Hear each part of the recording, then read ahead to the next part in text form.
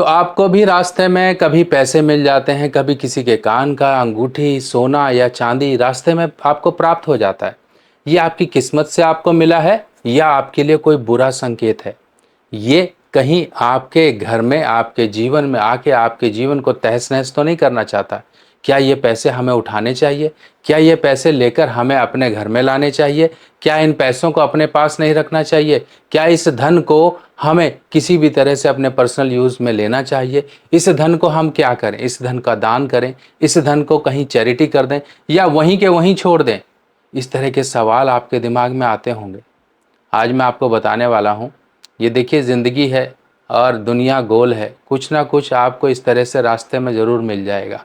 क्या आपके लिए ये पैसे या धन आपके लिए कुछ अच्छा करने वाला है या परेशानी देने वाला है? चलिए समझते हैं। सबसे पहले एक बात समझिए कि धन, धन में अगर हम बात करें, धन की अगर हम बात करें, अगर वो धन मेहनत से कमाया गया है तो उसमें माँ लक्ष्मी विराजमान होती हैं। अगर वो धन मेहनत से कमाया गया नहीं है, आपका कोई भी उसमें वो नहीं है, आपको मिल गया रास्ते में पड़ा हुआ, या फिर कोई ऐसा अनैतिक काम किया हुआ धन, यानी कि किसी का कोई चोरी ठगी करी, चोर लेके जा रहा था, उसमें से एक आधी गड्डी गिर गई, नोट की बंडल गिर गया, आपको मिल गया, आपने उठा लिया। या फिर किसी का पैसा ज़रूरत का था, बेचारा हॉस्पिटल के लिए जा रहा था, रास्ते में उसके पैसे गिर गए क्योंकि वो तो हड़बड़ी में था, वो तो मुसीबत में था, उसका तो दिमाग ही काम नहीं कर रहा था, वो अपने पैसे गिराकर चलता बना। आपका ध्यान उस पर आया, ऐसे ही जैसे आप उस पैसे के संपर्क में आए, आपकी बुद्धि फिर गई। आपकी बुद्धि ने उस समय लालच कर लिया कि आप वो पैसा उठा लो। आपने वो पैसा उठा लिया चुपचाप से और आप चलते बने। अब यहाँ से आप थोड़ा-सा पीछे घूम जाओ, उस जानकारी पर जो महाभारत काल के बाद की है। महाभारत का युद्ध हो गया, सब कुछ हो गया, अर्जुन, अर्जुन के पुत्र हुए अभिमन्यु, अभिमन्यु के जो पुत्र हुए वो हुए राजा परीक्षित।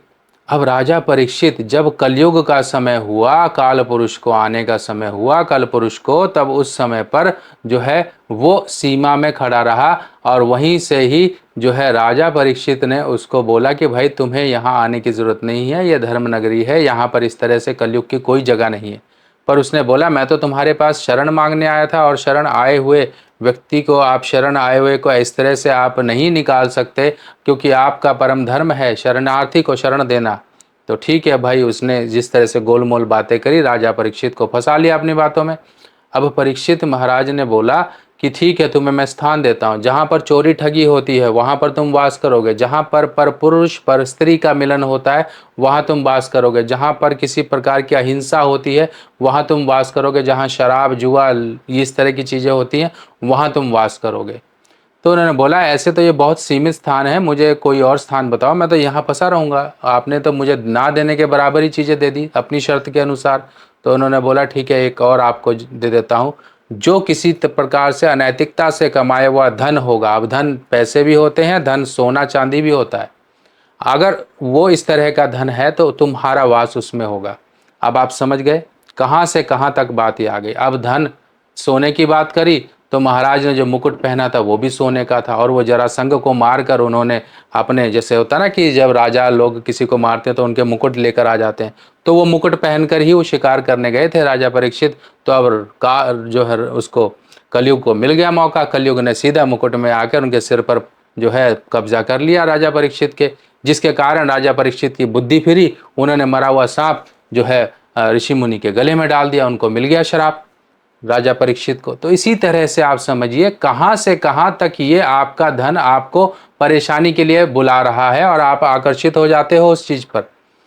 तो जब भी रास्ते में देखिए, कहते हैं सोना आपका गुम हो जाना, खो जाना बहुत ही एक तरह से बुरी निशानी होती है, और सोना आपको मिल जाना तो ये भी बहुत बुरी निशानी होती है। कहते हैं चांदी खो गई तो इतना गम नहीं, चांदी मिल गई तो थोड़ा अच्छा माना जाता है। एक ये सौभाग्य का सूचक होते हैं कि आपकी किस्मत पे किस तरह से प्रभाव डालेगा। मिली है पर यह भी देखना होता है किसकी है, भाई किसी की ज़रूरतमंद की तो नहीं गिर गई, कहीं ऐसा तो नहीं।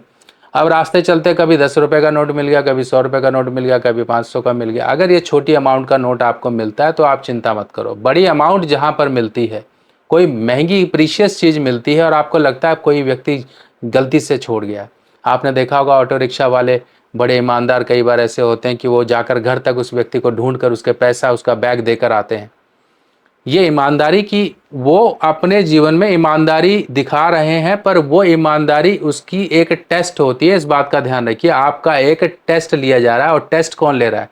ऊपर बैठा परमात्मा। और यही आपके पुण्य, यही आपकी ईमानदारी ऊपर जाकर आपको एक अच्छा, कहते हैं कि एक स्थान दिलाएगी। और जो लोग गलत काम करते हैं वो वैतरणी नदी में सड़ते हैं, वो वहीं पर ही कष्ट भोगते हैं। कैसे कैसे यातनाएं होती हैं उनके साथ, आप समझ लीजिए। हम सोचते हैं कि भाई हम एक कुएं के मेंढक की तरह अपने जीवन को ना समझे। बहुत बड़ा ये ब्रह्मांड है, और ये लोक हैं, भुवन है, 14 लोक 12 भुवन। इस तरह से ये भुवनों में और जो है लोकों में ही आत्मा तड़पती रहती है और शांति नहीं मिलती है। तो हम ये सोचेंगे भाई हमने आज कर लिया तो हम बहुत वो हो गए, यहीं पर गलती कर बैठते हो। अगर मान लीजिए कोई आपको ऐसा धन मिल गया, कोई आपको ऐसी चीज मिल गई जो किसी की है, आप नहीं पहचान पा रहे हो, तो उसकी पहचान करो पहले। वो पैसा आप लेकर घर में मत आओ। सबसे पहली बात, सबसे पहला नियम, कोई सोना चांदी मिला है उठा लो, चलो ठीक है, छोड़ दो। उठा के आप छोड़ दो। कैसे छोड़ोगे? आपको रास्ते में कोई दिख रहा है, कोई भिखारी भी दिख गया ना, उसको भी दे दो, ले भाई तू, तेरे लिए, क्योंकि तुझे जरूरत है, तू रख।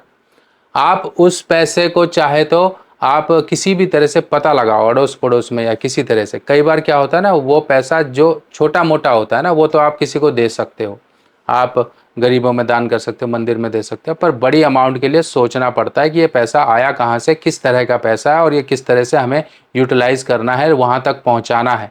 अगर मान लीजिए कोई इसका नहीं वारिस मिल रहा है, कोई वाली वारिस नहीं मिल रहा है, तो उस पैसे को आप कहीं पर भी धर्म स्थान के निर्माण या फिर आप गौशाला में दे दो। क्योंकि आपने पूरी कोशिश कर ली, उस धन का कोई भी वारिस नहीं मिला, कोई पता उसका नहीं मिला, इसीलिए वो धन आपका अब वो न्यूट्रलाइज होने के लिए वहाँ जाएगा। अगर वो धन गलत तरीके का है तो धर्म स्थान में दिया गया वो धन भी आपको मुश्किल दे देगा। और ऐसे धन का कहीं पर भी कोई भी लाभ नहीं होता। आपने देखा होगा मंदिरों में चोरियां हो जाती हैं, मंदिरों में ये हो जाता है, कोई मुकुट दान कर गया था, चोर आए तो सोना चांदी सब चोरी करके ले गए।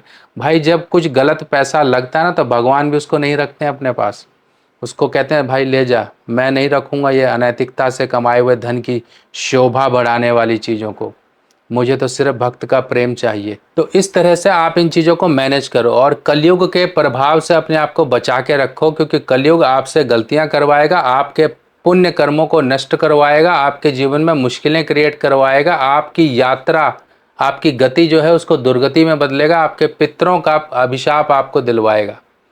तो हम किस तरह से अपनी मेहनत और अपनी ईमानदारी से धन कमाएं, वही फलता फूलता है। उसी धन को घर में लाओ, उसी धन को घर में जोड़ो, वरना वो पैसा किस रूप में निकलेगा आपने देखा है लोगों को परेशानियों में झेलते हुए।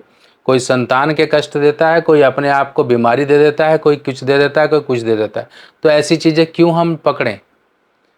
छोटा मोटा धन 10 20 50 100 रुपया है तो आप गरीबों में दान कर दो, सबसे बढ़िया उनको खाने पीने को कुछ खरीद के दे दो, सबसे अच्छा, कोई दिक्कत नहीं है, उठाने में कोई हर्ज नहीं है, उसका आपने अपमान भी नहीं करना। पर एक नोट से ज़्यादा की गड्डी मिल गई तो अपने ईमान को बदल भी मत देना, इस बात का ध्यान रखना।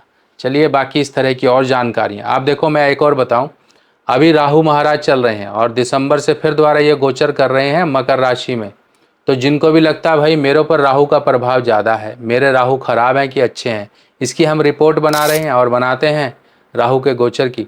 तो राहु गोचर की रिपोर्ट बनवा लो, उसमें आपके धन को लेके, आपकी सेहत को लेके जानकारियाँ, आपके साथ क्या अच्छा होगा क्या बुरा होगा वो जानकारियाँ, 6 से 7 पेज की ये रिपोर्ट होगी। फीस हमने रखी है मात्र 421 रुपये। ये PDF रिपोर्ट होगी, आपके नाम विवरण से बनेगी, आपके व्हाट्सएप पर भेज दी जाएगी। अगर बनवाना चाहते हैं तो आप मेरे इस व्हाट्सएप नंबर पर 6284344352 इस व्हाट्सएप नंबर पर कहिए राहु रिपोर्ट बनवानी है। आपकी रिपोर्ट बनवाइए और जानिए क्या गड़बड़ है, क्या सही है, क्या सही करना है और किस सही को हमने बचा के रखना है। ये जानकारी रहेगी ना, जीवन अच्छा चलेगा। बाकी इसी तरह से आपका जीवन अच्छा चलता रहे, यही कामना करता हूँ मैं। मिलता हूँ नई जानकारी के साथ नई वीडियो में, तब तक के लिए अपने सुभाष भाई को आज्ञा दीजिए। नमस्कार।